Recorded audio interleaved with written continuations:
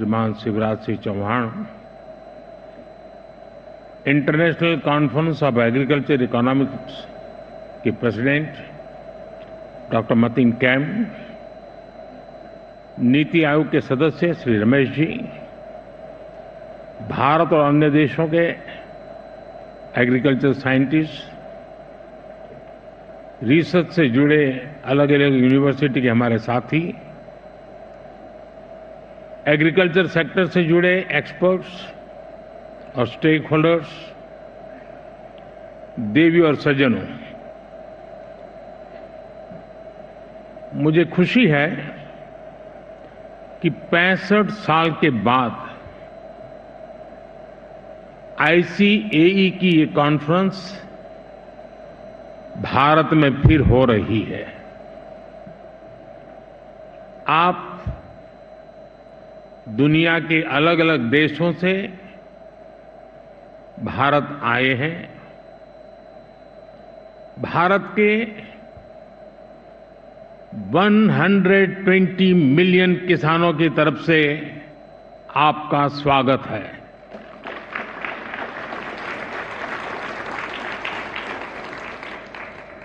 भारत की 30 मिलियन से ज्यादा महिला किसानों की तरफ से आपका स्वागत है। देश के 30 मिलियन फिशरमैन की तरफ से आपका स्वागत है। देश के 80 मिलियन से ज्यादा पशुपालकों की तरफ से आपका स्वागत है। आप आज उस देश में हैं जहां 550 मिलियन पशु हैं। कृषि प्रधान देश भारत में, जीव प्रेमी भारत में आपका स्वागत है, अभिनंदन है। फ्रेंड्स,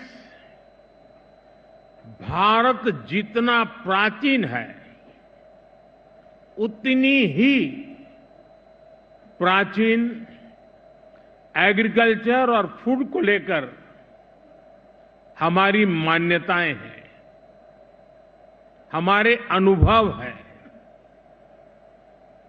और भारतीय कृषि परंपरा में साइंस को, लॉजिक तो प्राथमिकता दी गई है। आज फूड और न्यूट्रिशन को लेकर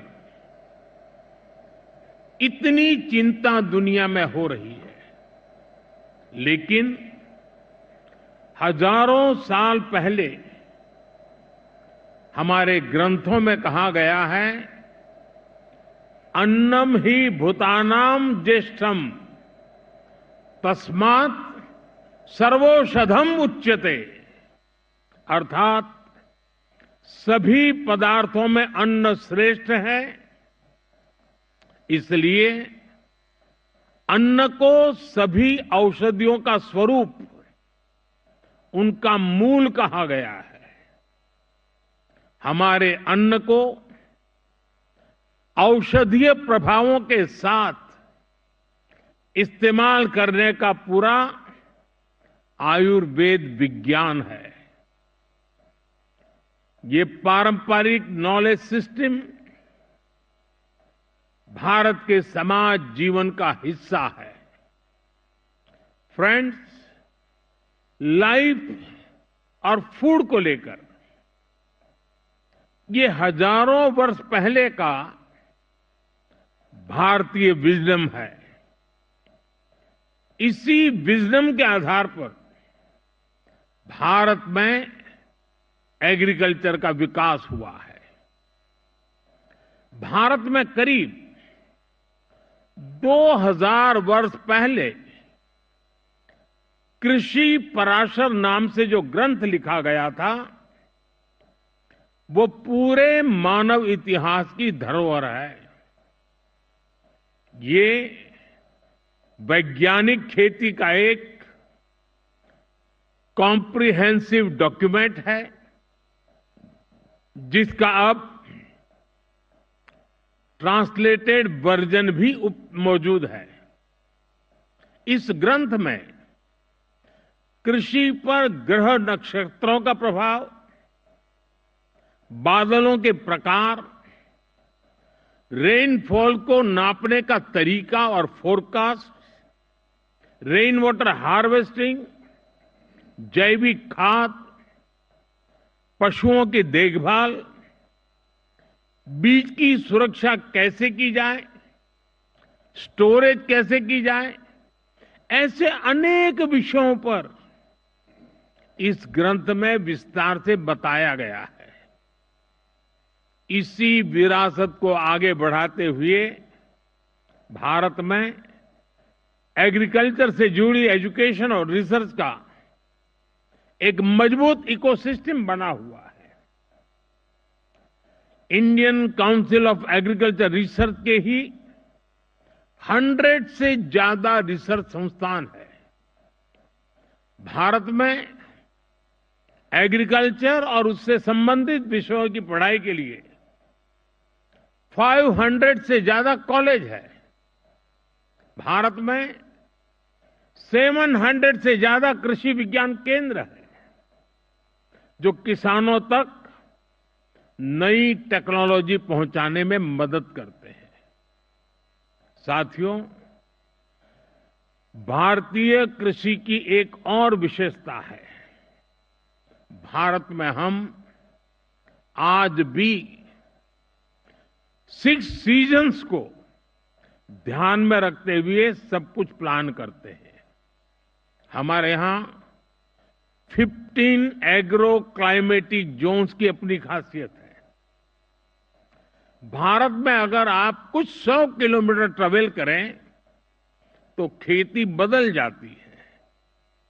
मैदानों की खेती अलग है, हिमालय की खेती अलग है, डेजर्ट, ड्राई डेजर्ट की खेती अलग है, जहां पानी कम होता है वहां की खेती अलग है, और कोस्टल बेल्ट की खेती अलग है। ये जो डायवर्सिटी है, यही ग्लोबल फूड की सिक्योरिटी के लिए भारत को उम्मीद की किरण बनाती है। फ्रेंड्स, पिछली बार जब आईसीएई की कॉन्फ्रेंस यहां हुई थी तो भारत को उस समय नई नई आजादी मिली थी। वो भारत की फूड सिक्योरिटी को लेकर, भारत की एग्रीकल्चर को लेकर एक चैलेंजिंग टाइम था। आज भारत एक फूड सरप्लस देश है। आज भारत दूध, दाल और मसालों का सबसे बड़ा प्रोड्यूसर है।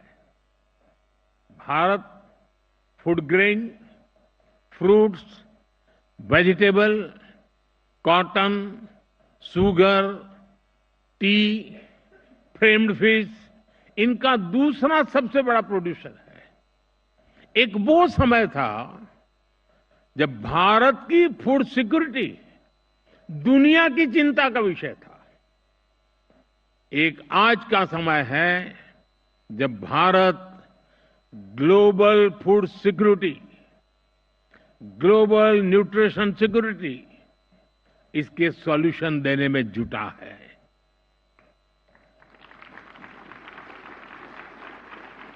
इसलिए फूड सिस्टम ट्रांसफॉर्मेशन जैसे विषय को डिस्कस करने के लिए भारत के अनुभव बहुमूल्य है।